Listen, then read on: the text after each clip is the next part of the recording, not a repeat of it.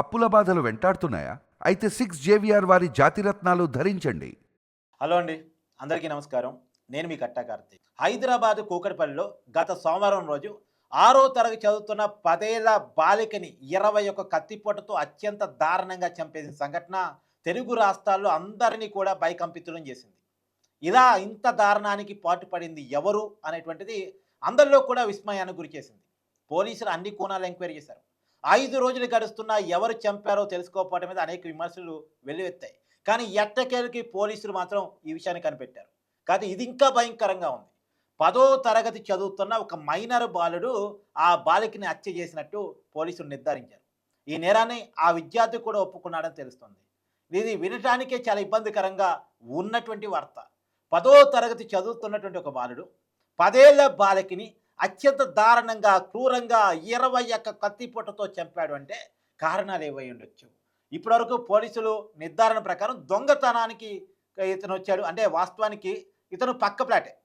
ఎక్కడైతే ఈ శాస్త్ర అనేటువంటి 10 ఏళ్ల బాలిక నివసిస్తుందో, వాళ్ళ పేరెంట్స్ నివసిస్తున్నారో, వీళ్ళ ఇంటికి పక్కనే ఉన్నటువంటి ఒక ఇంట్లో ఈ 10వ తరగతి విద్యార్థి నివసిస్తున్నాడు. ఇతను వాళ్ళ తల్లి తండ్రి లేరు అన్న విషయాన్ని చూసి దొంగతనానికి వెళ్ళాడు. కాకపోతే అక్కడ పాప ఉంది అన్న విషయం ఆ బాలుడికి అప్పటికి తెలియదంట. కానీ ఆ రోజు స్కూల్కి వెళ్ళకపోవటం వల్ల, స్కూల్కి సెలవు కావటం వల్ల ఆ పాప ఇంట్లోనే ఉంది.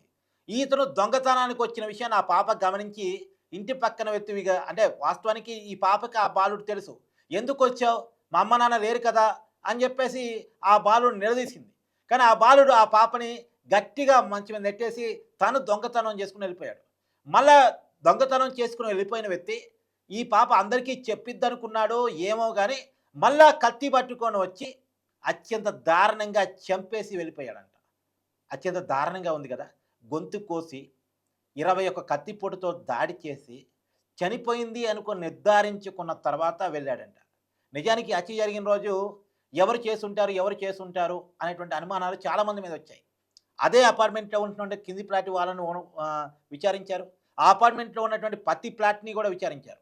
ముందు ఎక్కువగా కింది ఫ్లాట్ అతను ఈ నేరానికి పాల్పడి ఉంటాడు అని చెప్పేసి, ఎందుకంటే వాళ్ళకి ఉన్న గొడవలు రీత్యా చంపుంటాడని చెప్పేసి ముందుగా పోలీసులు తమదని శైలిలో విచారించారు. కానీ వాళ్ళు కాదు అని నిర్ధారించుకున్నారు. అదే రోజు ఆ పక్కన ఉన్నటువంటి అపార్ట్మెంట్ వాసులు కూడా చెప్పారు, వీళ్ళు చేసి ఉండరు, చేసే వ్యక్తులు కూడా కాదు, అయినా వాళ్ళ మధ్య చంపుకునేంత గొడవలు లేవని. నిజానికి ఈ శాస్త్ర పేరెంట్స్ కూడా చెప్పారు, మాకు ఎవరితో గొడవలు లేవు, బంధువులతో, స్నేహితులతో, ఈ అపార్ట్మెంట్ వాసులతో ఎవరితో గొడవలు లేవు, చంపుకునేంత గొడవలు ఎవరితోనూ లేవు, ఆయన చిన్నపిల్లగాలని చంపడం ఏంటి అని చెప్పేసి వాళ్ళు కూడా వాపోయారు. ఒక టైంలో అసలు వాళ్ళ తండ్రే చంపాడా అనేటువంటి చర్చ కూడా కొనసాగింది. దాని మీద కూడా వాళ్ళు మీడియా ముందుకు వచ్చి సొంత తండ్రి కన్నబిడ్డని చంపడం ఏంటి, మేమెందుకు చంపుకుంటాం, మా బిడ్డని అల్లారు ముద్దుగా పెంచుకున్నాం అని చెప్పేసి తల్లిదండ్రులు వివరణ ఇచ్చుకోవాల్సి వచ్చింది. కానీ అంతిమంగా ఈరోజు తెలిసిన విషయం ఏంటంటే, ఒక 10వ తరగతి విద్యార్థి ఆ పాపని చంపాడు అనేటువంటిది అత్యంత దారుణం. అనేది ఇది ఎలా కనిపెట్టబడిందంటే, ఆ చుట్టుపక్కల ఉన్న వాళ్ళందరినీ కూడా విచారిస్తారు. అలానే ఆ బ్లడ్ రిపోర్ట్స్, ఆ చంపిన తీరు, ఇవన్నీ కూడా రిపోర్ట్స్ పంపించారు.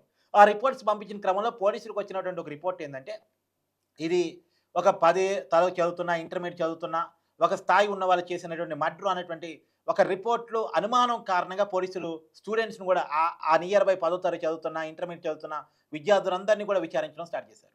ఆ విచారణలో ఈ బాలుడు కొంత అనుమానాస్పదంగా సమాధానం చెప్పడం, నాకేమీ తెలియదు, నన్ను వదిలేయండి అని ఎస్పోటీ పోలీసుల ముందు ఇతను కొద్దిగా తడబడ్డట్టు సమాధానం చెప్పడం వల్ల పోలీసులు మరింత అనుమానం వచ్చి తమదైన శైలిలో విచారించగా నేరాన్ని ఒప్పుకున్నాడంట.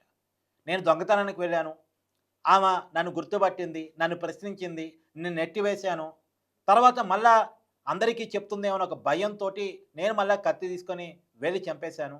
వాస్తవానికి పక్కన ఇల్లు కావటం వల్ల మేడ మీద నుంచి దూకి, అంటే కిందకు వచ్చేసి రోడ్డు మీద నుంచి వెళ్ళటం కాకుండా ఆ పక్కన గోడ దూకి వాళ్ళ ఇంట్లోకి ప్రవేశించాడట.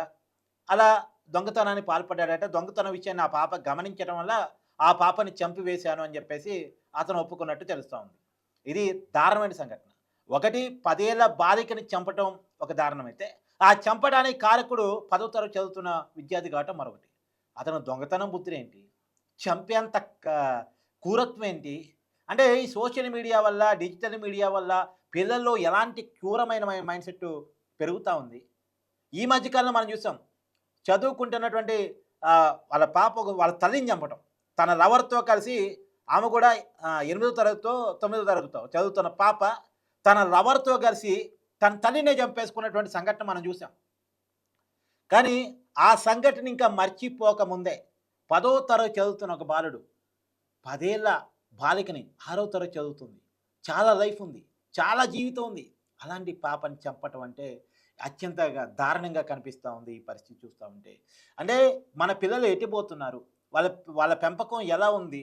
మనం చెక్ చేసుకోకపోతే ఇయాల 2 జీవితాలు. ఈ బాలుడి జీవితం జైలు పాలైంది. ఆ పాప జీవితం ఈ లోకాన్నే విడిచిపోయింది. అత్యంత దారుణం కదా! సరే ఏదేమైనా పిల్లల్ని పెంచే విషయంలో రివ్యూ చేసుకోండి. రివ్యూ చేసుకోకపోతే జీవితాలు ఆగమైపోతాయి. కుటుంబాలు ఆగమైపోతాయి.